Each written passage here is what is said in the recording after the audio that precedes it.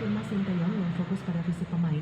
Begitulah kita tekankan seluruh pihak, khususnya OPD terkait dalam menyiapkan diri sebagai tuan rumah menghadapi MotoGP. Dia menyatakan pihaknya sudah menggelar rapat bersama seluruh yang bukan peak performance karena puncaknya adalah MotoGP. Maka diharapkan semua pihak bergerak cepat meski sempat tertunda dengan adanya libur Natal dan Tahun Baru, kata dia. Dia melanjutkan, berbagai persiapan MotoGP baik infrastruktur jalan, kesiapan hotel dan penginapan, penanganan COVID-19, dan pemenuhan target vaksinasi hingga 70% harus terus digenjot, termasuk menyiapkan UMKM serta produknya untuk meningkatkan daya beli masyarakat. Selain itu, pihaknya juga berkoordinasi dengan Kementerian Pekerjaan Umum atau PU terkait penanganan internasional street circuit. Setelah sukses menggelar 2 ajang balap IDMSU Asia Talent Cup atau IATC dan WSBK pada November 2021, Indonesia akan kembali dihadapkan dengan gelaran bergengsi lainnya yang sangat ditunggu-tunggu pencinta balap motor di seluruh dunia, yakni MotoGP. Dorna selaku penyelenggara ajang balap kuda besi tersebut mengonfirmasi bahwa Indonesia akan menggelar balapan MotoGP seri kedua pada Maret 2022 setelah gelaran GP Qatar. Lalu apa saja keuntungan yang didapat Indonesia setelah terakhir kali menggelar balapan MotoGP pada 1997? 1. Meningkatkan sektor perwisata. Bos Dorna, Carmelo Espelata, menyebut bahwa Indonesia merupakan pasar penting dalam gelaran Grand Prix karena jumlah supporter yang sangat banyak. Direktur Keuangan dan Strategi Indonesia ITDC Nukha Akadi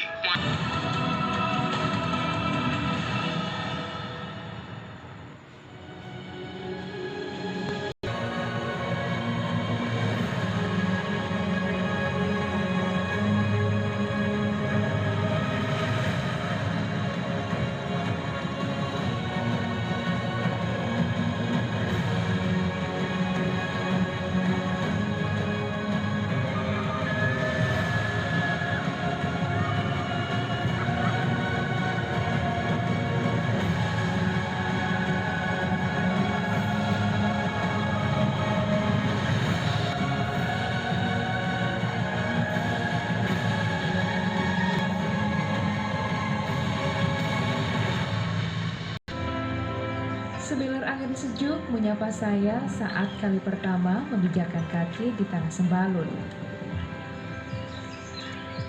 Sebuah desa kecil yang tersohor dengan kemegahan alamnya. Cantik bukan? Bentang alam yang ada di belakang saya ini adalah Desa Sembalun, sebuah surga kecil yang ada di kaki Gunung Rinjani. Letaknya sekitar 900 meter di atas permukaan laut. Jadi nggak heran kalau di sini cuacanya dingin. Nah, selain menyimpan pesona alam yang luar biasa, Anda untuk mengenal lebih dalam Desa Sembalun. Dan inilah dari Nusa Tenggara Barat untuk Pesona Indonesia. Mendakinya lumayan membuat hangat sendi-sendi di lutut. Tapi itu sebandinglah dengan panorama yang ada di sini. Nuansa hijau seluas mata ini memandang, ditambah lagi hembusan angin sejuk khas pegunungan, setia menemani setiap langkah saya selama di Bukit Siswa.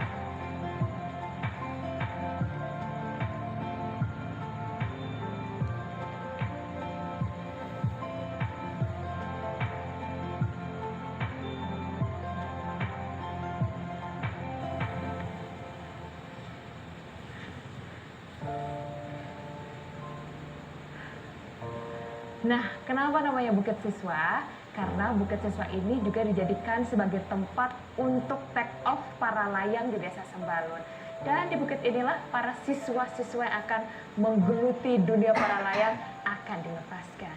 Dan sebenarnya saya juga sudah punya janji nih dengan salah seorang teman yang warga asli Sembalun dan dia juga seorang instruktur para layang.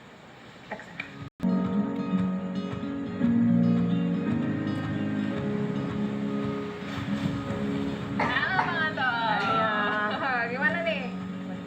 Siap nih. Udah siap belum? Oke, mantap. Sekarang pasang harnessnya, nanti terbangnya sama Eger ya. Oh, sama Eger? Ya. Oke, siap. Kalau gitu saya persiapan dulu ya. Wanginya bagus. Doakan saya. Sukses. Melihat secara langsung indahnya Desa Sembalun dari ketinggian. Kalau jujur sih, ini adalah kali pertama saya mencoba wahana adrenalin ini. Tapi tenang, mereka semua adalah profesional.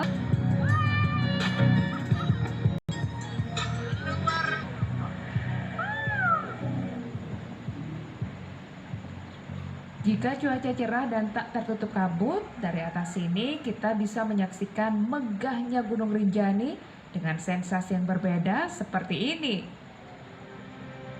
Tapi sayang sekali, waktu saya terbang, sang gunung cantik itu sedang bersembunyi di balik kabut.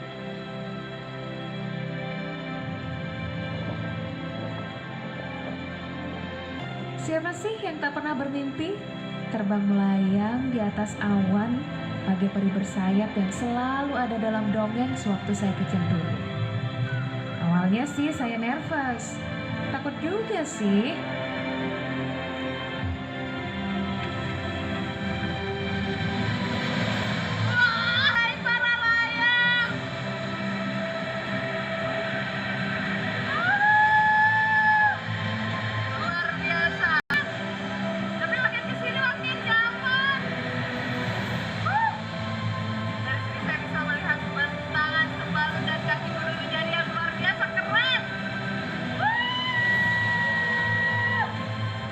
Dan akhirnya saya mulai bisa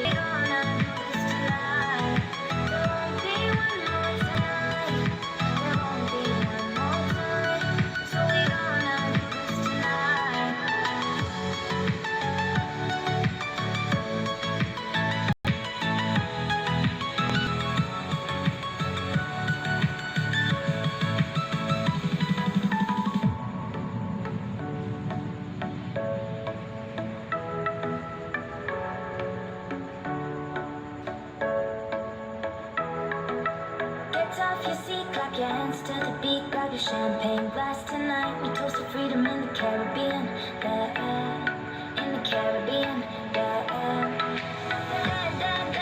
smoke, smoke, smoke. Kembali lagi dengan Farah di sini. Like dulu ya channel ini agar tidak ketinggalan.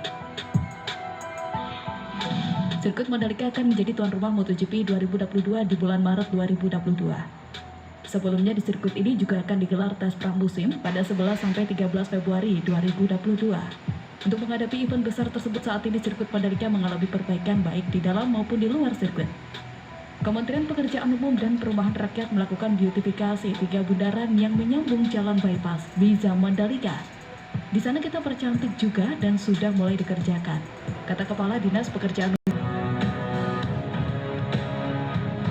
Mandalika, Nusa Tenggara Barat jadi sorotan saat Kementerian PUPR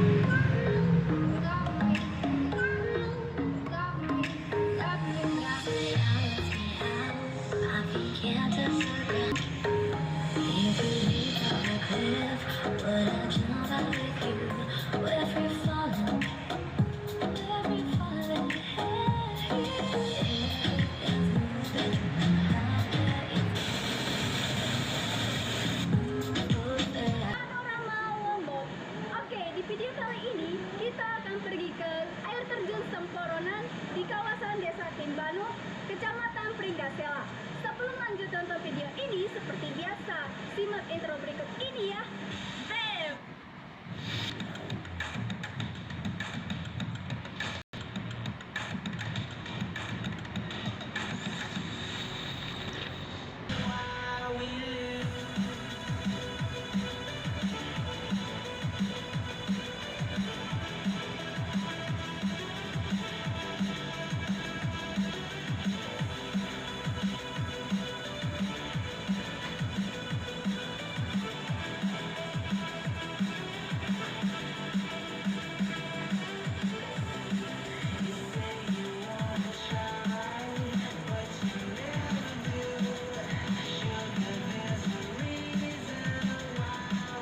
Oke guys, setelah menikmati keindahan alam di air terjun ini, selanjutnya kita pindah ke destinasi wisata berikutnya. Seperti apa keseruannya?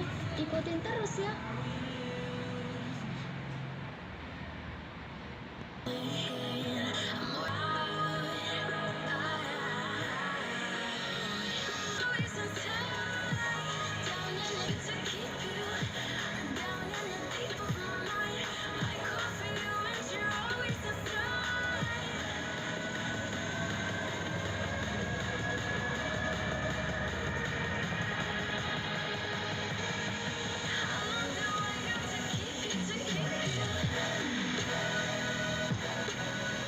Arangka Tempasan, tempat nongkrong seru yang menawarkan banyak keindahan, seperti pemandangan persawahan yang hijau.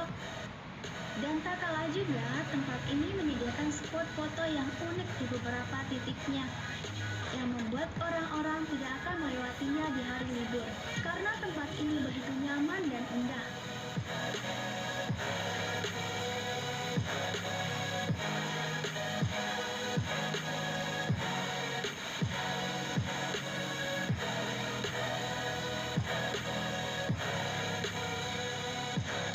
Nah, untuk teman-teman yang bisa langsung ke sini ya. Tempat ini juga cocok untuk menghabiskan waktu bersama keluarga, teman, dan 1 jam dari kota Mataram dan beberapa menit bagi yang di sekitaran Lombok Timur.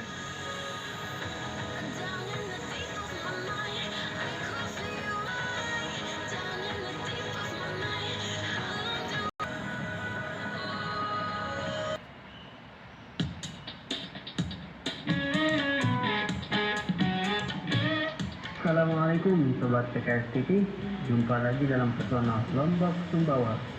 Kali ini kita akan berwisata ke air terjun Sendang Gile dan View Kelet.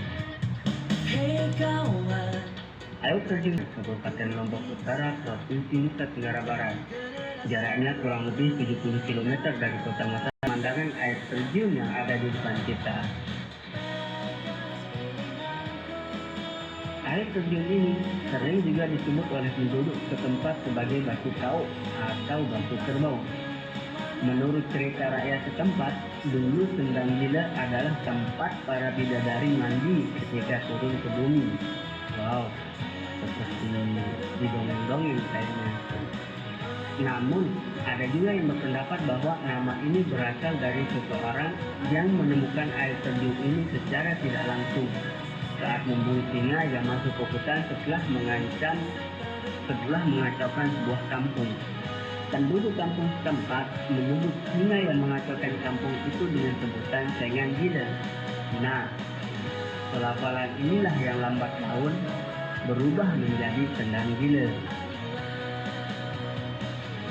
Air terjun yang berketinggian 600 meter di atas permukaan laut dan memiliki ketinggian kurang lebih 31 meter dari dasar sungai ini memiliki 2 tingkatan. Tingkat pertama muncul di atas tebing dan jatuh ke dasar kolam di bawahnya. Sedang tingkat kedua, di mana pada kolam tersebut air meluncur ke bawah dan membentuk sungai di bawahnya.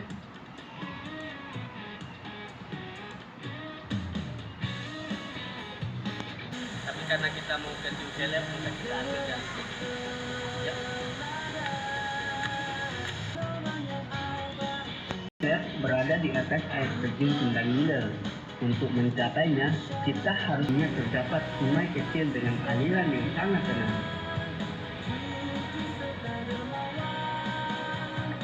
Perjalanan kita lagi.